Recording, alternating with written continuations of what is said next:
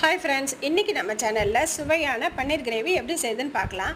இதுக்கு ஒரு கடாயில் 2 ஸ்பூன் எண்ணெய் விட்டுக்கோங்க. எண்ணெய் காஞ்ச உடனே 2 இலை, ஒரு காஞ்ச மிளகா, 2 பட்டை, 3 ஏலக்காய், 3 லவங்கம், கொஞ்சமாக கருவேப்பிலை, இது கூடவே ஒரு 3 வெங்காயத்தை பொடியாக நறுக்கி வச்சுருக்கேன். அதையும் இதில் ஆட் பண்ணிவிட்டு வதக்கி விட்டுக்கோங்க.